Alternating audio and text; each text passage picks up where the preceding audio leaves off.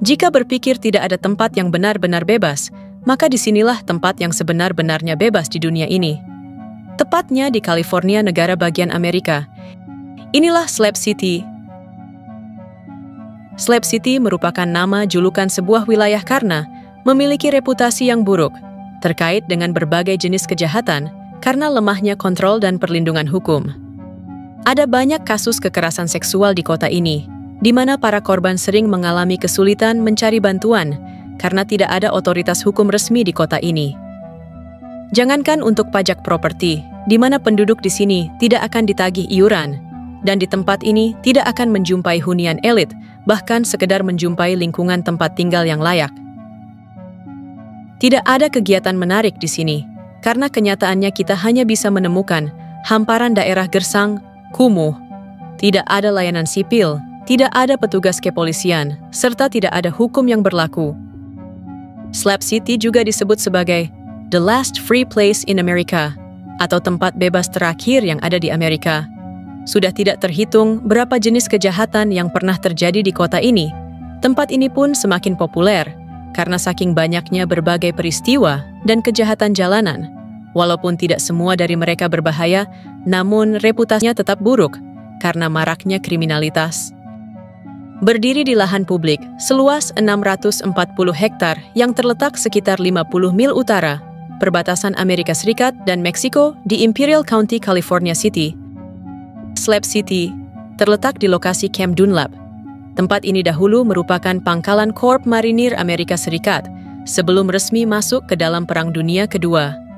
Tempat ini pada awalnya direncanakan oleh Korps Marinir Amerika Serikat sebagai tempat pelatihan untuk artileri lapangan dan anti pesawat di area yang dapat diakses oleh pesawat lepas landas dari kapal induk di dekat San Diego.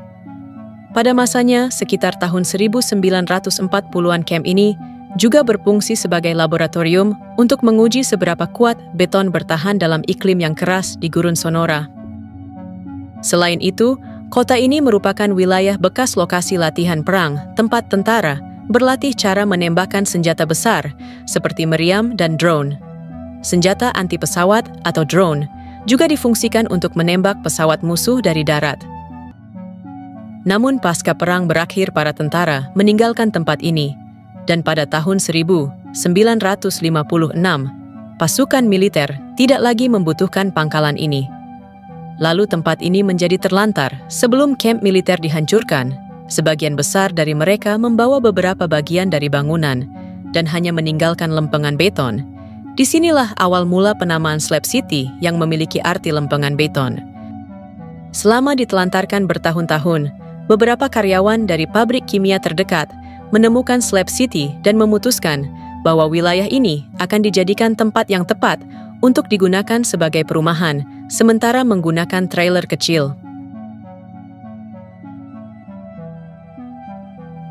Meskipun tempat ini terlihat kumuh dan tidak layak, namun Slab City dikenal karena kreativitasnya dan beberapa komunitas yang cukup unik, di mana komunitas ini hidup tanpa aturan dan bebas dari aturan apapun. Tak hanya menjadi pilihan bagi komunitas yang menginginkan kebebasan, tempat ini juga dilaporkan ada seniman pensiunan dan orang yang mencari kehidupan sederhana mulai datang dan menetap di Slab City. Mereka membangun rumah dari tenda atau mobil dengan kehidupan bebas. Tak ada pemerintah yang harus ikut campur dalam pilihan mereka, yang berarti mereka mengurus diri mereka sendiri dengan pilihan untuk menetap di kota ini. Bahkan dikabarkan ada seorang dokter hewan Eropa yang telah tinggal di sana selama bertahun-tahun.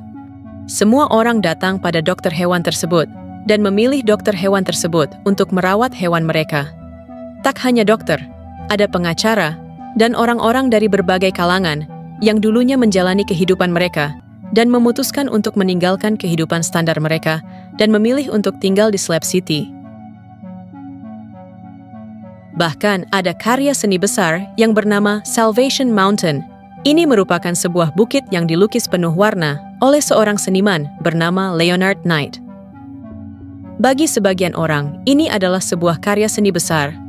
Bagi sebagian orang, Slab City mungkin terlihat seperti tempat keren dan bebas, tapi ada sisi gelap yang harus diketahui, karena di sana tidak ada hukum resmi atau polisi yang mengawasi tempat ini, bisa jadi sangat berbahaya bagi beberapa orang karena letaknya berada di hamparan gurun. Slab City tidak punya fasilitas umum seperti toilet, listrik, dan air bersih. Jadi orang-orang yang tinggal di sana harus mencari cara sendiri untuk mendapatkan kebutuhan dasar. Hal ini tentu saja membuat hidup mereka jadi sengsara dan sangat sulit. Terlebih saat musim panas karena suhu bisa sangat panas karena di area gurun. Uang secara umum tidak terlalu berarti di Slab City. Hal ini dikarenakan sebagian besar orang tidak punya uang.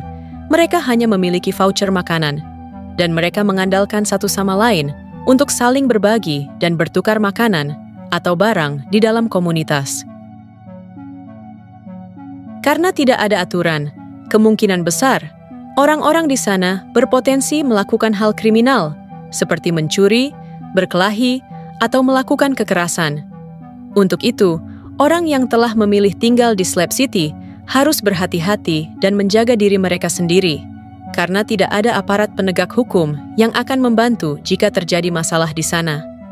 Di sisi lain, tingkat kejahatan di Slab City sangat tinggi karena pengangguran. Penduduk yang cenderung terlibat dalam kegiatan seperti pembunuhan, pencurian kecil, perdagangan, atau penggunaan narkoba. Ada banyak pecandu, dan mereka kemungkinan besar bisa dengan mudah melakukan kejahatan. Mereka bisa saja masuk ke rumah dan mencuri. Penduduk biasanya diminta untuk tidak meninggalkan rumah atau trailer dan selalu meminta seseorang untuk menjaga di dalam rumah. Selain pencurian, penggunaan zat terlarang sangat marak diperbincangkan. Masalah ini begitu menjamur karena memang mayoritas dari penghuni Slab City ini merupakan pengguna, bahkan menjadi pengedar. Semuanya dilakukan demi untuk memenuhi kebutuhan sehari-hari. Selain masalah kesehatan, imbas dari masalah ini juga berakibat pada ketegangan atau perkelahian di antara penghuni karena lemahnya kontrol dan perlindungan hukum. Ada banyak kasus kekerasan seksual di daerah Slab City. Para korban sering mengalami kesulitan mencari bantuan karena tidak ada otoritas resmi di Slab City. Tanpa adanya polisi yang bisa menegakkan hukum atau menangkap pelaku, orang-orang yang berniat melakukan kekerasan seksual merasa lebih bebas untuk bertindak dengan wilayah yang cukup terisolasi. Pelaku lebih leluasa untuk berniat jahat jika terjadi para korban sangat sulit untuk melarikan diri atau mendapatkan pertolongan dengan cepat ke layanan darurat.